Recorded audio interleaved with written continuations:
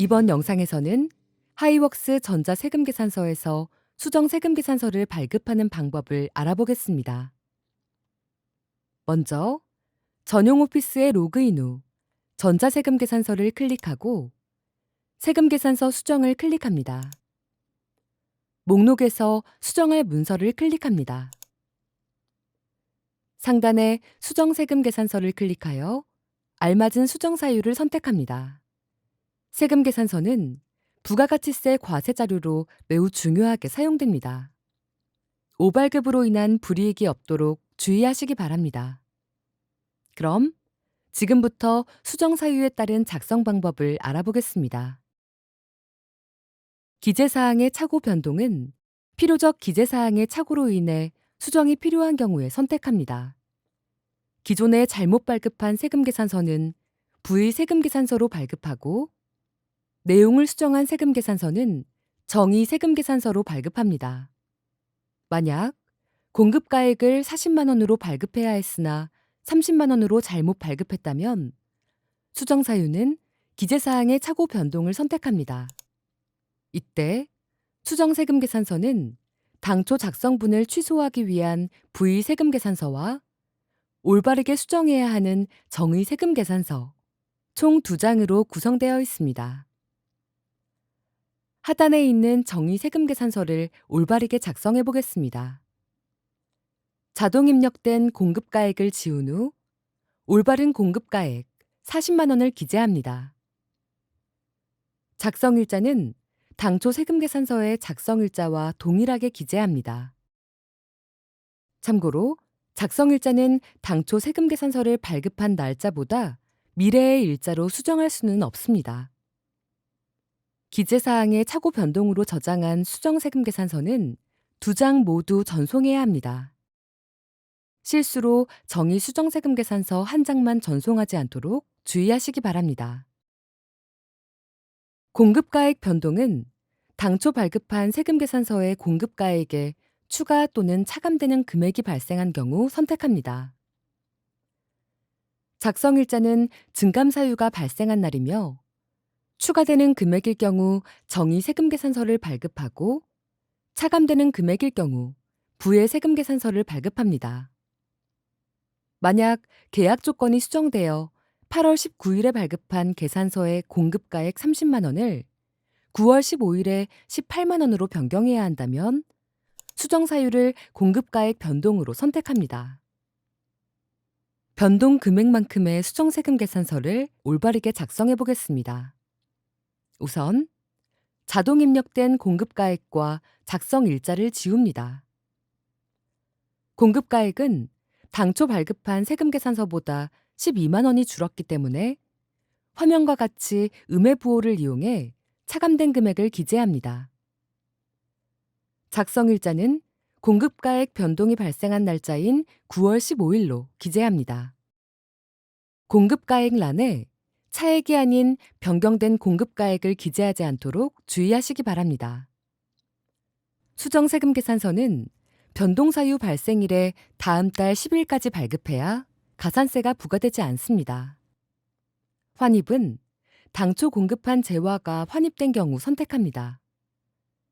작성일자는 환입이 발생한 날이며 환입된 금액만큼의 부의 세금계산서를 발급합니다.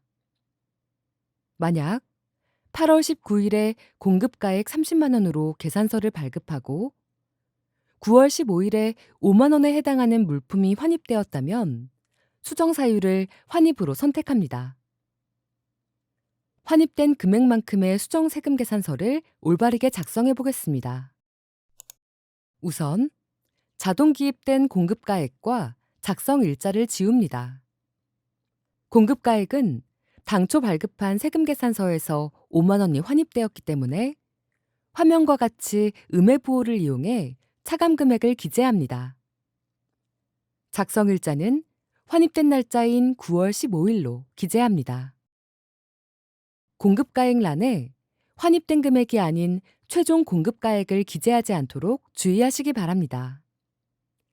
수정세금계산서는 환입 발생일에 다음 달 10일까지 발급해야 가산세가 부과되지 않습니다.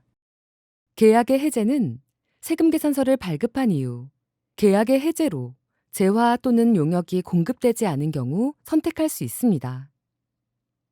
작성일자는 계약이 해제된 날이며 당초 발행한 내용 그대로 부의 세금계산서를 발급합니다.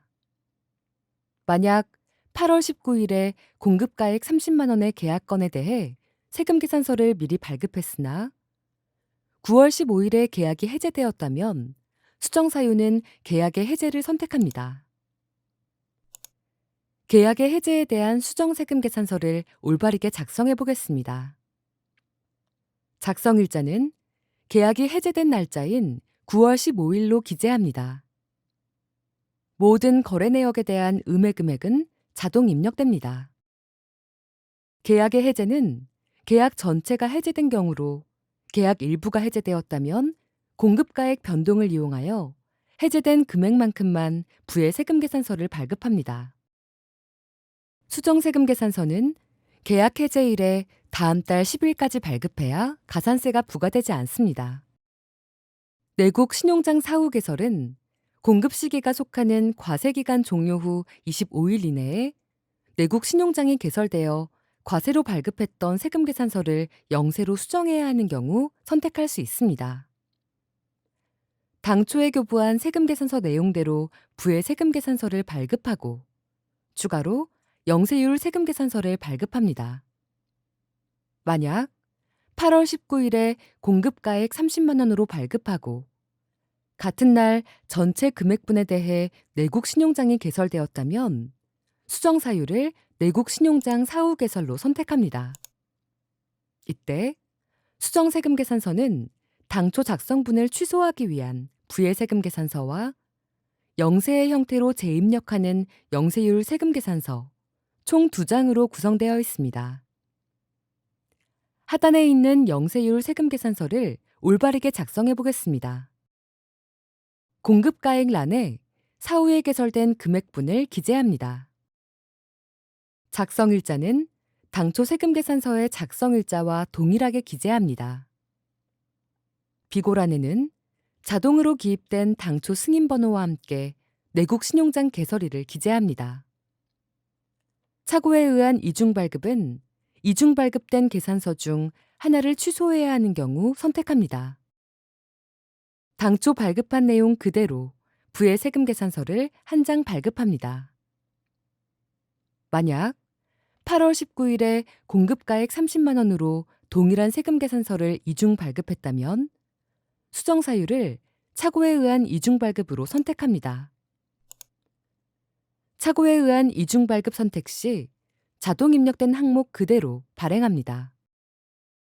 수정세금계산서는 국세청 전송이 완료되어야만 법적 효력을 갖습니다. 문서 작성 후 반드시 발급, 국세청 전송을 클릭하여 국세청으로 전송해야 합니다. 작성 완료에 남아있는 문서는 저장만 되어 있는 상태로 국세청에 전송된 문서가 아닌 점 유의하시기 바랍니다.